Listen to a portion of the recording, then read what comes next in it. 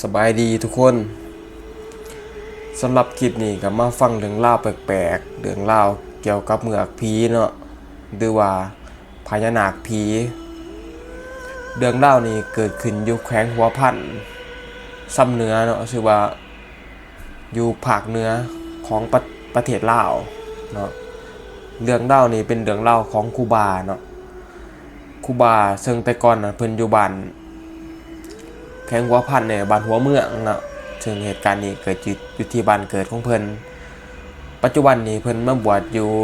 เชียงขวางเนาะเมืองภูกูดประมาณนี้นะเนาะเหตุการณ์นี้เกิดขึ้นเมื่อ5-6 ปีก่อนเนาะหลังจากที่ครูบาเลยบวชแล้วมีพ่อแม่โทรมาบอกเรื่องราวเกี่ยวกับหมู่บ้านเพิ่นเนาะไปฟังเรื่องราวนำกันเด้อพี่น้องถึงว่ามีครอบครัวหนึ่งเนาะเฮ็ดไร่เฮ็ดนาเฮ็ดสวนตามปกติคือจังชาวไร่ชาวนาทั่วไปตามวิถีชีวิตของคนลาวคนหากินเช้ากินค่ำเนาะครอบครัวนั้นสิมีลูกสาวคนหนึ่ง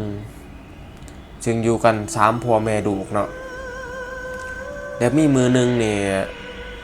ถึงว่าฤดูฝนเดือน5เดือน6เนาะเป็นฤดูเฮ็ดนาเฮ็ดปลูกข้าวปลูกน้ำเนาะ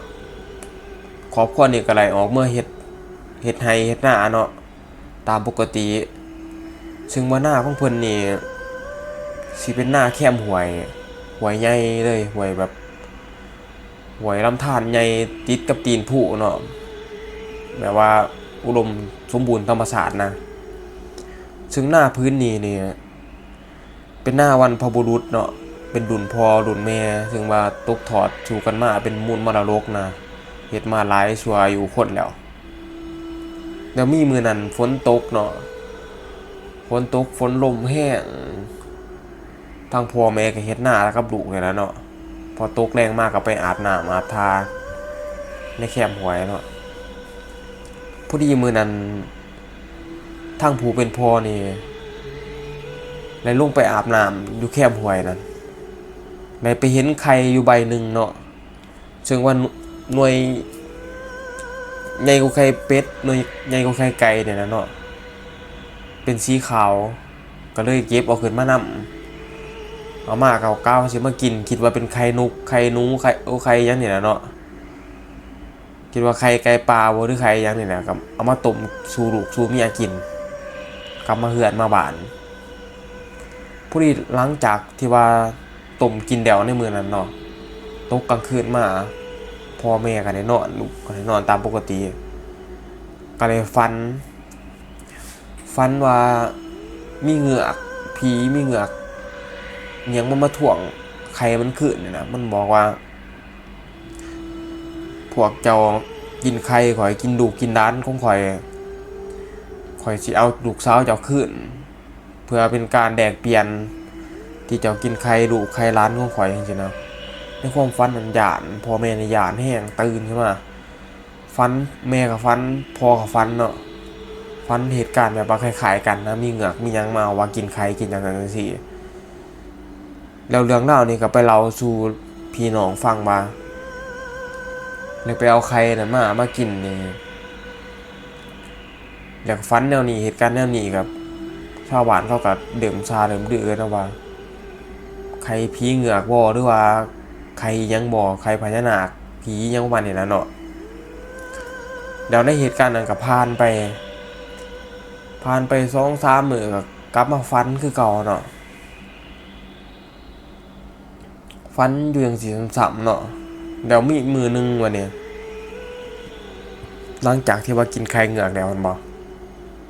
ฝันมาทำนองนั้น2-3 มื้อที่3ที่4พอดีว่ามื้อนั้นมีฝนตกแห้งฝ่าลมฝนแห้งเนาะแบบเหมือนท้องฟ้านี่ปั่นป่วนนะฝนตก3 มื้อ4 มื้อเนาะฝนตกดินตกแห้งนั่นล่ะแล้วเฮ็ดให้ดินหน้าของเพิ่นนี่เจือนลงสไลด์ลงนะสไลด์ลงไปในห้วยนะเหมือนกับดินนี่ไหลลงไปในห้วยแบบหน้านี่ก็หายไปเบิดออกจากที่หน้าแบบ10-20 ไร่เนี่ยก็สิเหลืออยู่ 6-7 ไร่มื้อนี้เนาะหายไปเกินครึ่งนึงนะแล้วเฮ็ดให้เฮ็ดหน้านี่เฮ็ดหน้าก็ได้น้อยเขาก็เฮ็ดแทบแบบปกติสิได้แบบ100สอบ200จังซี่สิได้อยู่3-40สอบจังซี่เนาะเฮ็ดแทบจะบ่พอกินนะพอดีว่ามีหมู่ของครูบาที่มาเล่าเรื่องนี้ให้ฟังนี่เนาะหมู่ของเรานี่อยู่หมู่บ้านเดียวกันนั่นแหละที่มาบวชมานำกันแต่ว่าเรานี่ย้ายมาวัดเชียงขวางแต่ว่าครูบานี่ก็ยังอยู่วัดอยู่บ้านอยู่ซึ่งว่าเลยซิกออกมาเนาะซิกออกมาแล้วมักมาสอบกับลูกสาวเพื่อนนี่เพื่อนที่ว่ากินไข่เนาะเราซื้อว่าสาวนิดลูกสาวนี่ก็เลยมักกันถูกข้อผู้ใหญ่ผู้เฒ่าผู้แก่ก็มาเว้ากันว่าสิผูกคอต่อแขนเป็นผัวเป็นเมียเนี่ยเนาะผู้นี้ว่าไรมือไรวันแล้วว่าสิ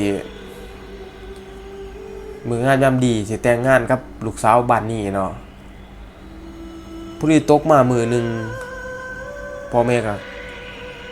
นอนตามปกติตกมากลางคืนมือนึงมันบ่ทางพ่อแม่น่ะก็ตื่นขึ้นมายามเช้าบ่เห็นลูกสาวนั่นตื่นจักเทื่อบัดนี้ฮอด9:00 น 10:00 นแล้วก็ได้เอาพ่อแม่ออกเมื่อหน้าแล้วกลับเข้ามากินข้าวเที่ยงอยู่บ้านลูกสาวนั่นก็บ่ทันตื่นทางพ่อแม่ก็เอะใจหอนใจมันบ่ก็ไปหาเหล็กหากุญแจหาหยังมางัดเคาะห้องจังได๋ก็บ่ตื่นงัดประตูห้องมันบ่งัดประตูห้องออกปุ๊บเปิดประตูเข้าไปได้พอดีว่าเห็นลูกสาวเพิ่นนั่นผู้ที่เราเสียนั่นเนาะเราซื้อซาวเน็ตผูกคอตายอยู่ในห้องเราเนาะก็ว่า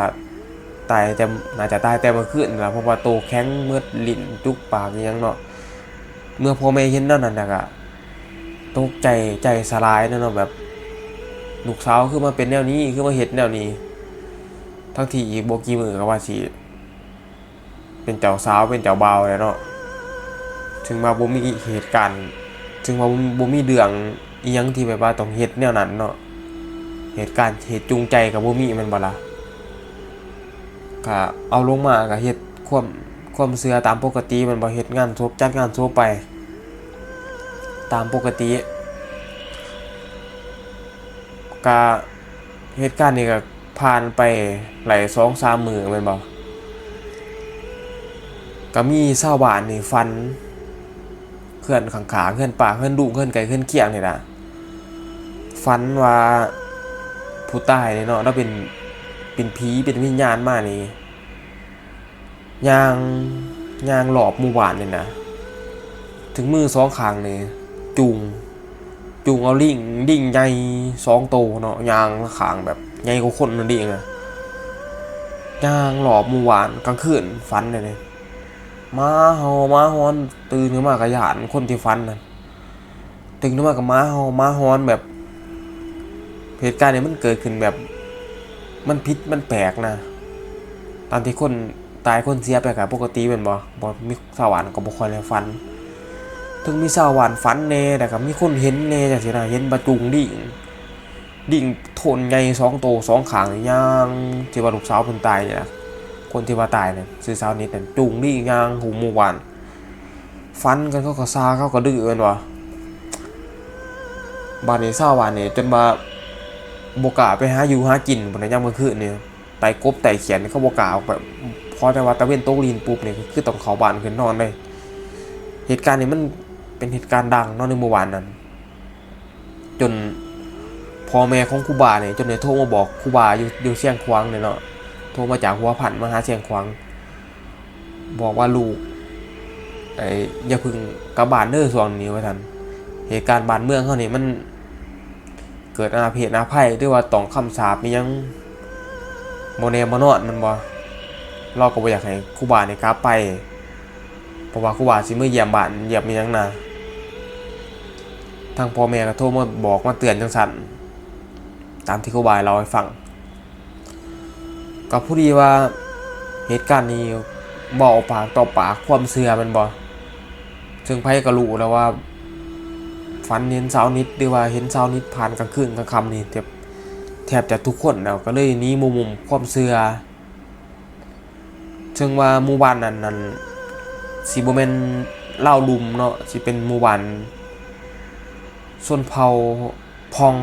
ชนเผ่าพองเป็นของคนซำเหนือเนาะสินับถืออีกความเชื่อหนึงนะสินับถือพวกความเชื่อแบบรู้หมอรู้ยังแม่นบ่เขาก็ไปเบิ่งน้ำหมอบัดนี้สวรรค์ก็ไปเบิ่งน้ำพอหมอแม่หมอแม่นบ่ว่าเห็นเช้านิดจังซั่นจังซี่เขาก็เลยเบิ่งบัดนี้เบิ่งหมอนะพอหมอก็ทักว่า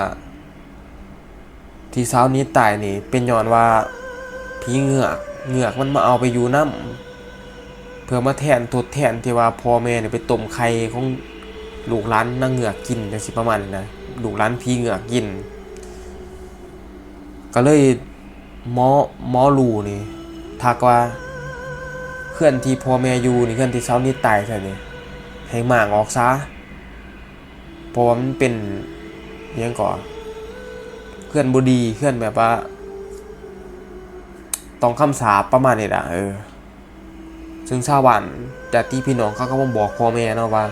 เพื่อนเจ้านี่เพื่อนบ่ดีพอหมอเขาบอกกันจังซี่เนาะปกติเขาก็เชื่อพ่อหมอนี่ล่ะแต่พ่อแม่นี่คันมางออกพ่อแม่ว่าสิให้ไปเทือนอยู่ไสคือเงินค้ำก็บ่มี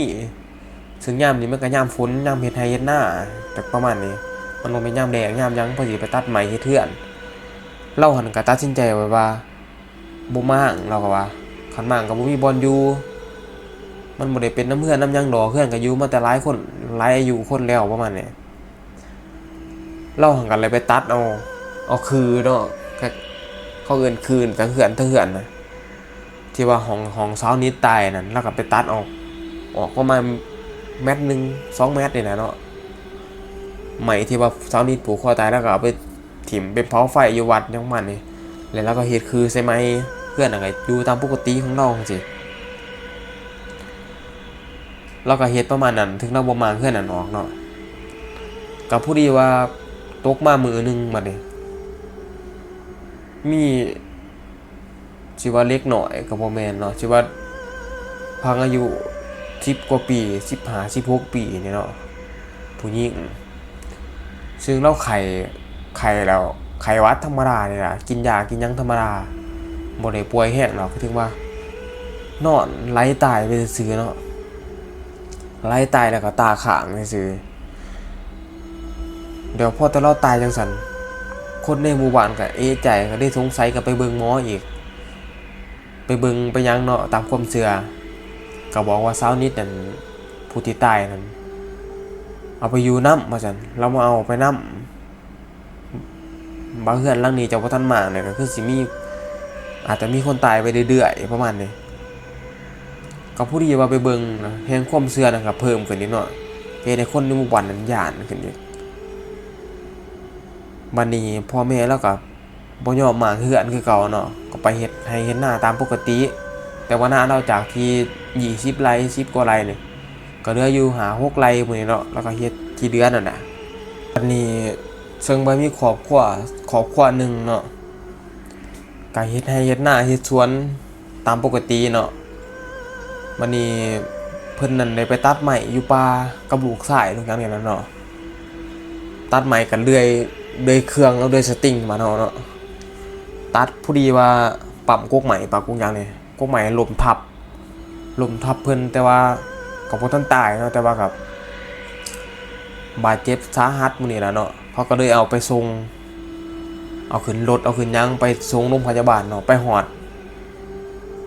ดเขาเล่นตัวเมืองนั่นล่ะสิฮอดโรงพยาบาลน่ะที่ผู้ดีว่าใจขาดก่อนเนาะสิ้นลมหายใจก่อนก็ได้ว่าเขาบ่ฮอดโรงพยาบาลซ้ำบัดนี้เหตุการณ์นี้เขายังย้ำอีกว่าสาวนิดเอาไปอยู่น้ำสาวนิดนี่แหละก็คือศพที่3แล้วเนาะศพที่1ก็เป็นสาวนิดศพที่2ก็เป็นผู้หญิงที่ว่านอนไข้แล้วก็ไหลตายศพที่3นี่ก็เป็นคนที่ว่าปั๊มไม้เนาะผู้ดีชาวบ้านน่ะเขาก็ย้านกันหลายเนาะแฮงเพิ่มความย้านให้เขาบัดนี้ จากที่ว่าคนไปหากินหาไตกบไตเขียดกลางค่ำกลางคืนเนี่ยจนบ่กล้าออกจากเฮือนพุ่นน่ะไปหัวไห้ไปหน้าในกลางคืนนี่เขาบ่ไปเลยผู้ดีเหตุการณ์นั้นก็ผ่านมาเป็นอาทิตย์2อาทิตย์แลมเดือนเนาะก็มีชาวบ้านหาปูหาปลาตามปกตินี่แหละหาปลากินหาปลานี่บ่ได้หาปลาขายดอกซึ่งว่าเพิ่นเนี่ยก็ไปหาปลากับหมู่2คนเป็นผู้ใหญ่แล้วเนาะไปวานแหวานหยังตามปกตินี่ล่ะบัดนี้วานลงไปในละแวกแบบไกลๆกับหน้าชาวนิดนั่นน่ะเนาะหน้าที่ว่าผู้เพิ่นเสียหน้าที่ว่าพ่อแม่เพิ่นเอาไข่มาต้มนะก็ห่างไกลเติบอยู่ดอกวัง100เมตร200เมตรแต่เนาะก็คิดว่าเขานั่นก็บ่กล้าไปวานแหแถวนั้นอยู่เดียวเนาะบัดนี้เขาวานแหแถวอื่นมาหอนนี่เนาะเขาก็เลยว่าสิวานหม้องนี้หม้องสุดท้ายก็สิกลับเมื่อนั่นล่ะพอดีวานแหลงไปเดี๋ยวปุ๊บเพราะว่าผู้นึงก็หาวแหอยู่ตรงเฮือนว่ามันก็ติดเหมือนติดอีหยังอยู่ข้างล่างนี่นะคันสิดึงนี่คันสิดึงแหขึ้นนี่ก็อย่ามันขาดแหใหม่ๆนะเพิ่นหมู่เพิ่นก็เริ่มให้มาจับจอมแหไว้คนนึงอยู่ตรงเฮือคนนึงก็เริ่มลงไปจังซี่นะคนที่จับจอมแหอยู่ตรงเฮือนี่ก็ขี้คร้านจับจังซี่นะมัดใส่ขันเฮือไว้แหมันก็สิย่านๆมันบ่ปกติให้จับจอมแหไว้ตึงๆแหมันก็ย่อนลงไปนิดนึงว่านี่เพิ่นก็ดูดบุหรี่ไปนำจังซี่ล่ะหมู่อยู่ข้างล่างหั่นคิดว่ากำลังจะขึ้นมาหรือยังนี่แหละเนาะผู้ที่ว่ามันติดกับแหที่เพิ่นย่อนไว้นั่นน่ะเนาะแหปกติมันต้องตึงๆไว้คนจังสิบ่ติดมันบอกขึ้นมาบัดนี้มันติดกับมันแหปกหนาเพิ่นนะบัดนี้ขึ้นมาแต่ดุมบ่ได้บัดนี้มันหมู่เพิ่นก็ลึงจิกๆๆๆจังซี่นะอยู่ข้างล่างน่ะเพิ่นคิดว่าปลาใหญ่ว่าคนอยู่ถึกเนี่ยเพิ่นก็เลยตึงแหขึ้นมาบัดนี้บ่เห็นหมู่น่ะขึ้นมาจักเทื่อเสียงที่ตึกๆที่ว่าดึงแหน่ะก็เงียบไปเป็นนาที2นาทีหมู่อยู่ถึงก็ตกใจดูดยาจนว่าบ่ได้เอาพุ่นน่ะก็ถีมกอกยาก็ดึงว่าดึงแหกาวว่าแหขาดก็ดึงขึ้นมาบัดนี้ดึงขึ้นมาเห็นหมู่นั่นแข็งอยู่เนาะแข็งติดอยู่กับแหน่ะนะแบบว่านิ้วมือนี่ยังกระซุบเสร็จอันนี้แหเนาะผู้ที่ว่าสอยที่มันใส่ไว้เนาะสอยสแตนเลสยังไงติดกับลูกแหอยู่ข้างล่างที่แม่นแบบว่าตัวดึงจิกๆจักๆคิดว่าป่านะบ่แม่นที่ว่าเพิ่นนั่นใจสิขาดเอาขึ้นมาบ่ได้ก็เลยดึงแหขึ้นมาเห็นหมู่ตายแต่ก็ย่านในวันนี้ตกใจหมู่ทั้งเหือเนี่ยก็เลยโจมหมู่น่ะขึ้นมาทั้งเหือกับเผาเมื่อบอกชาวบ้านเขามันบ่ชาวบ้านเขาก็แฮงย่านอยู่เดียวมันบ่ก็ไปเบิ่งหมอดูหมออีหยังอีกบ่สาวนิดนี่เอาไปแล้วอีกศพนึงบ่ซั่นเหตุการณ์นี้ก็หมู่บ้านนั่นก็เหมือนตกอยู่ในต้องคำสาปต้องคำหยังเนาะซึ่งเพื่อนของสาวนิดเนี่ยก็บ่ทันได้มางอยู่พ่อแม่ก็ยังอยู่ตามสายชีวิตตามปกติเขาก็เฮ็ดงานศพเป็นยังปกติบ่เหตุการณ์นี้ก็เหมือนแบบสิผ่านไปปกติชาวบ้านก็สิบ่เอาเรื่องกันหยังประมาณนี้นะเพราะว่ามันตายในน้ำนั่นหยังจังซี่ก็คิดว่ามีส่วนแน่บ่มีส่วนแน่เรื่องสาวนิดเรื่องเงือกผีประมาณนี้ พอดีตกมามือนึงมีผู้ชายแบบวัยรุ่นเล่าข้าวเดียวกับลูกสาวเรานี่ล่ะลูกสาวพอผู้เสียชีวิตนี่สาวนิดนี่ไข่ขึ้นแห้งเนาะบัดนี้ชาวบ้านเขาคิดว่าบ่เป็นสาวนิดสิบ่เป็นผีสาวนิดสิไม่เอามาเอาอีกบ่ว่าซั่นนี่เขาก็เลยไปเบิ่งหมออีกหมอก็ว่าแม่นตอนนี้สิมาเอาอีกคนนึงว่าซั่นก็ได้ไปมุ่นพระจากบ้านอื่นเนาะครูบาเก่งๆนะอาจารย์ที่ว่าเขานับถือมีวิชาอาคมนะมาปัดมาเป่ามาลดน้ำมุ่นให้เนาะพอแต่เรามาหอนแล้วก็ว่าคันพวกมู่เจ้าไปเอาข่อยมาสาหรือว่าเอาเราไปสาจังซี่นะภายใน2วันนี่เราต้องเสียเนาะครูบานั่นว่า ภายใน2 มื้อเขาเจ้าเอาข่อยมาบ่ทันนี่แม่นเรานี่ตายว่าซั่นดีแต่ว่าข่อยมาทันประมาณนี้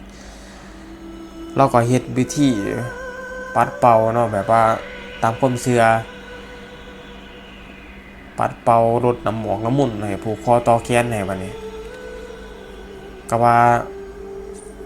ศพที่นี่ที่ว่าคนที่ว่าสาวนี่จิเมาไปนี่